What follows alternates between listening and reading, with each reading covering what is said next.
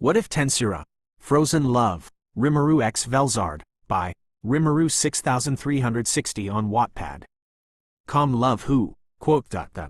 That one person. Who is that person?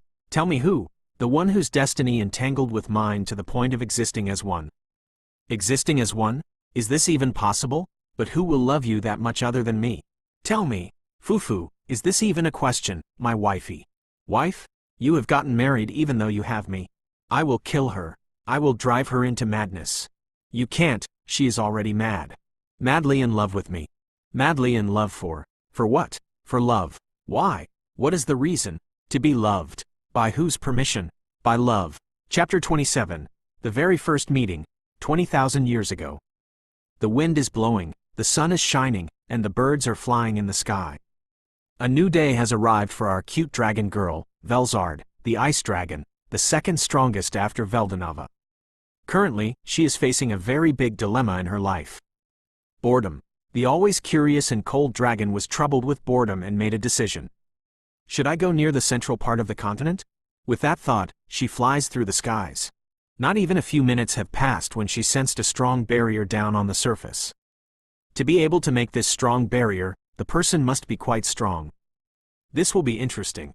Hovering above the barrier, she transformed into her human form so as not to catch unnecessary attention and, mainly, not to frighten the person who made the barrier. And with a thud, she landed. Putting her hand on the barrier, she started to analyze it. A barrier to stop any hostile individual from entering. Entering the barrier, she reaches the small village. Elves can be seen everywhere, not only elves but also some other species of intelligent monsters. Hi elves. She released her aura and, in the blink of an eye, nearly all the villagers appeared in front of her. Can I ask thee what she wants from this humble village of ours? The chief of the tribe asked warily with a respectful voice. I want to see the person who made the barrier, Velzard asked with a cold voice, her gaze penetrating through their very souls. There was a strong individual who pitied us and made this barrier. But the person left the village this morning, the chief of the village said as he bowed his head deeply. That person left. Velzard muttered to herself, a little annoyed. She didn't detect anyone in the forest, which meant he had already traveled quite far. No, I saw the angel near the lake. A little boy shouted with an excited face. Velzard's face darkened as she heard his words. Lake? Are you taking me for a fool? The lake is merely 100 meters away. But I didn't sense anybody in a 500-meter radius. Seeing the displeasure on Velzard's face, the chief again bowed and started to apologize for the child's mistake. Velzard didn't say anything. With her right hand, she opened a portal and arrived near the lake. The villagers sighed in relief as they saw Velzard leave. A shocked look appeared on Velzard's face as she arrived near the lake. Silvery blue hair is fluttering in the air freely as two golden eyes land on her, penetrating her very soul. A face that contains nothing but beauty. Velzard gasped in surprise. I didn't even sense him when he was here. Velzard warily looked at the person in front of her. He looks just like a painting. An angel. That kid wasn't exaggerating. Hello miss. Are you looking for me? Velzard nodded in agreement. She didn't know what to say after seeing his face. Does he have some skill to hide his presence? A unique skill, perhaps? Really? So what do you want? I promise I will give you anything. Velzard was surprised after hearing his reply.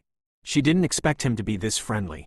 I was just looking for a strong opponent to pass the time, Velzard said with her usual cold voice and was about to leave when she didn't sense any magical fluctuations from him. Great. I was also feeling a little bored. How about we have a little spar?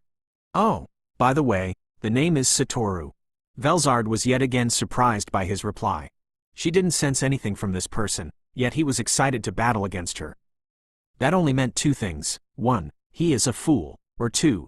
He is too strong for Velzard to sense anything. Velzard narrowed her eyes in suspicion. A chill ran down her spine, and her eyes widened in realization. I didn't notice earlier because of his beauty, but he is giving me the same dangerous feeling as Big Brother. With a wary smile and a nervous face, she moved her head from left to right, declining his request for the duel. What? Why? You said you were looking for someone to battle, he cried in surprise. Shock was visible on his pretty face. He didn't expect Velzard to decline his request. Sorry, but my brother said, stay away from dogs and men, and you are a man. Of course, my brother is an exception, Velzard replied to him bluntly. This was nothing more than an excuse, but she didn't know how to decline him without making him angry. Well, that was not totally a lie, though. That's simple. I'm actually genderless, so I'm neither a man nor a woman. Exclamation mark, exclamation mark. Yet again, Velzard was surprised. With just a thought, the person in front of her transformed into a woman. Badump, his beauty only increased by 1,000-fold in his female form. Even Velzard's cold heart couldn't help but flutter. A red hue crept onto her pale face as a blush appeared. Damn. She can kill me with just her beauty. Calm down, Velzard, you have to battle with him, her. Struggling against her thoughts, Velzard charged in Satoru's direction. And as expected, the battle ended with a one-sided assault from Satoru's side. Velzard wasn't even able to touch him, her during the whole battle. Her pride was utterly crushed. Rimuru, or should I say Satoru, crushed Velzard's pride with a smile on her face, only using one hand in the whole battle. To add salt to her wounds, Velzard didn't have a single scratch on her body. She lost because of a lack of magicules. She used too much magic and too many skills. You are strong. Maybe as strong as my big brother, Velzard said to Satoru as she got up from the ground. Yeah, if you say so, Satoru replied to her nonchalantly as he transformed back into his male form. His eyes looked at Velzard with interest as a smile crept onto his face. It doesn't matter how much I see your face, it's too beautiful. Satoru said this and disappeared from her sight like thin air, leaving behind a blushing Velzard whose mind just kept repeating the same lines Satoru said. Shit, I forgot to ask him where he lives. How am I supposed to find him next time? Velzard realized it a little late as a disappointed look appeared on her face. Don't worry, I will find you. Bye. Velzard got a telepathy message from Satoru, and a very big smile appeared on her ice-like face. Yeah, until next time. Bye. With that, Velzard started to fly toward her brother's location, smiling like an idiot. Gasp. Suddenly, Velzard woke up from her sleep. Her eyes widened in surprise, and her soft hand trembled slightly as she touched her cheek. As she thought, she had again cried in her sleep, but there was a strange feeling of satisfaction in her heart. That dream again, she thought to herself with an unreadable expression. She would have gone mad a long time ago if it were not for this dream. Seeing the happy face of Satoru, or should I say Rimuru, even just in her dreams gave her a little happiness and satisfaction. But why am I satisfied with just a dream? Isn't he just some thousands of kilometers away from me? Why is my heart beating like crazy? Did I unconsciously accept the fact that he left me and will never come back? What will I do if he develops feelings for some other girls? Velzard's eyes twitched in annoyance as she thought of some random girl trying to seduce Rimuru. Boom! Velzard punched the wall in frustration with great force. The poor wall wasn't able to withstand the blow of Velzard's punch and broke into millions of pieces. Everyone present in the castle felt like death was standing on their doorstep. The cold aura that Velzard's body released sent shivers down everyone's spine. The demons who were not strong enough to handle the pressure of Velzard's aura died without any resistance. Nobody dared to move a single muscle, not even the overlord, Guy Crimson. Dang it! I knew it! I knew it! That slime did something with Velzard. Guy cursed Rimuru in his thoughts. Wait! Why am I cursing him now? My priority should be to safely leave the castle. I can curse him all I want after safely fleeing from here.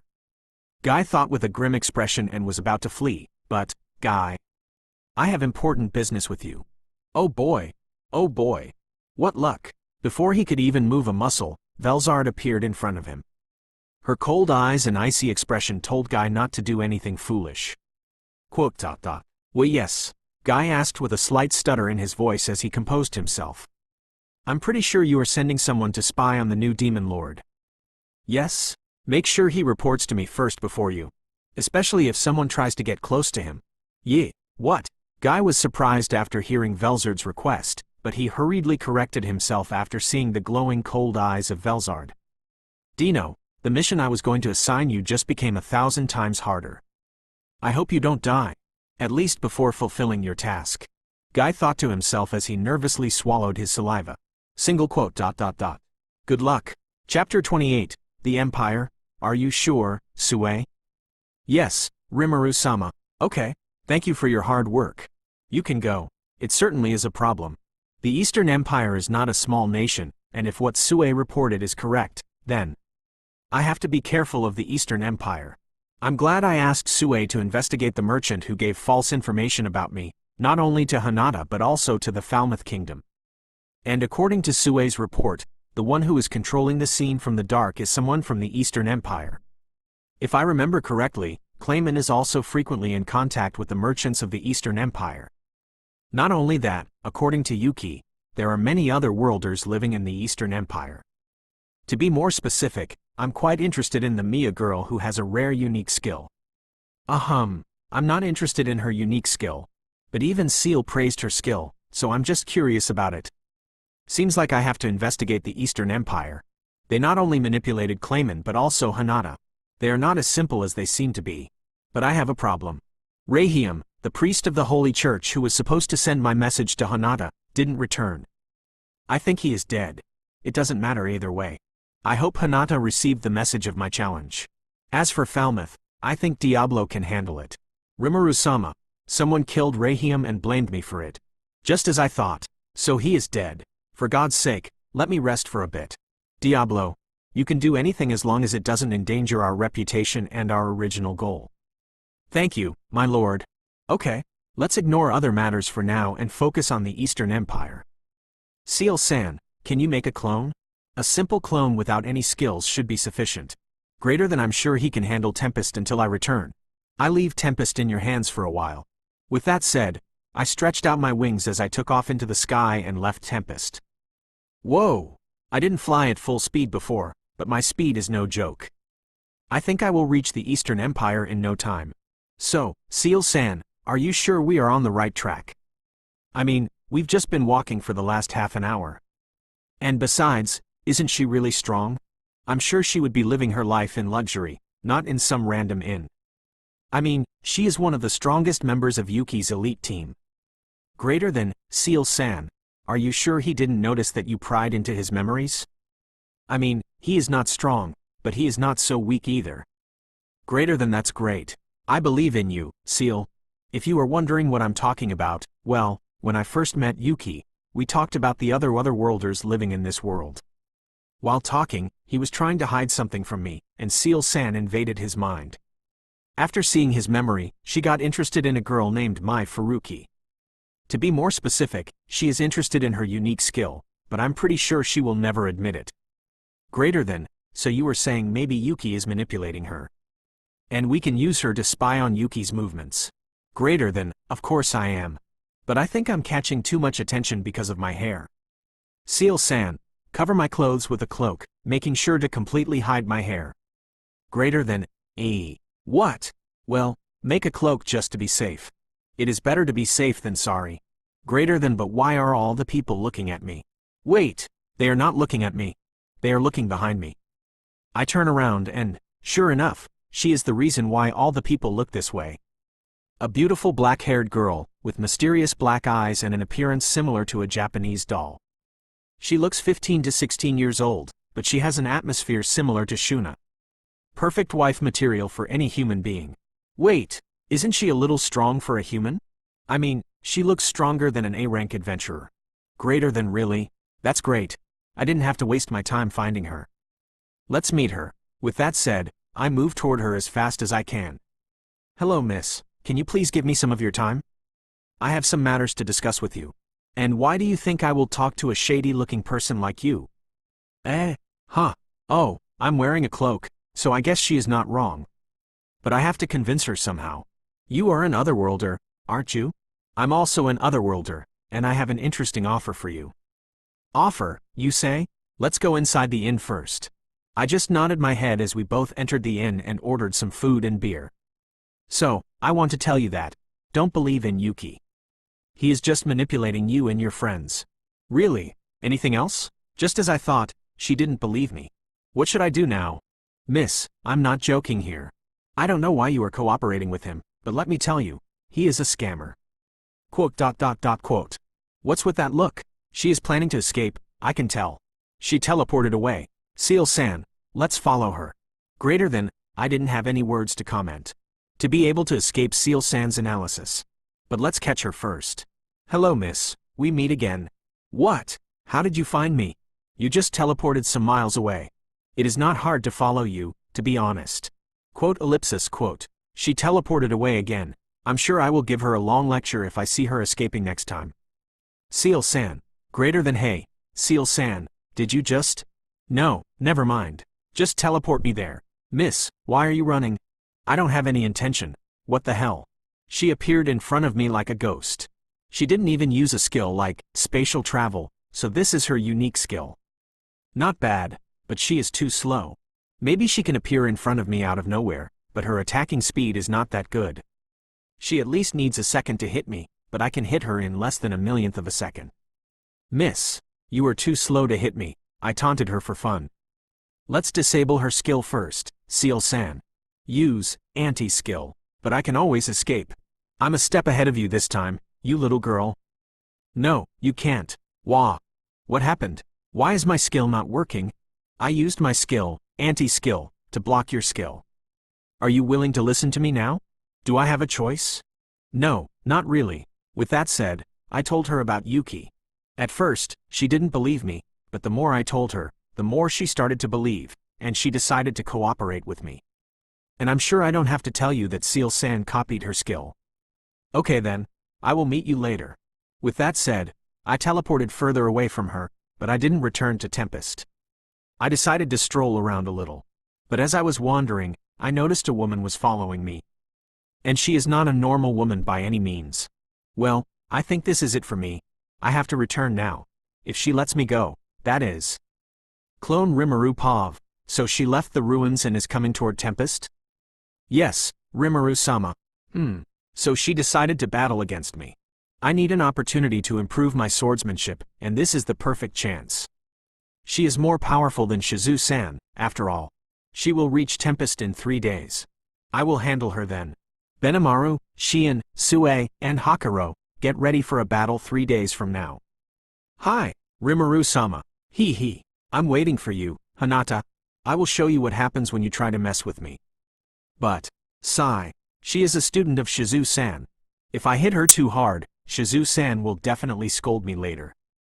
Rimuru-sama, you look very cute while pouting.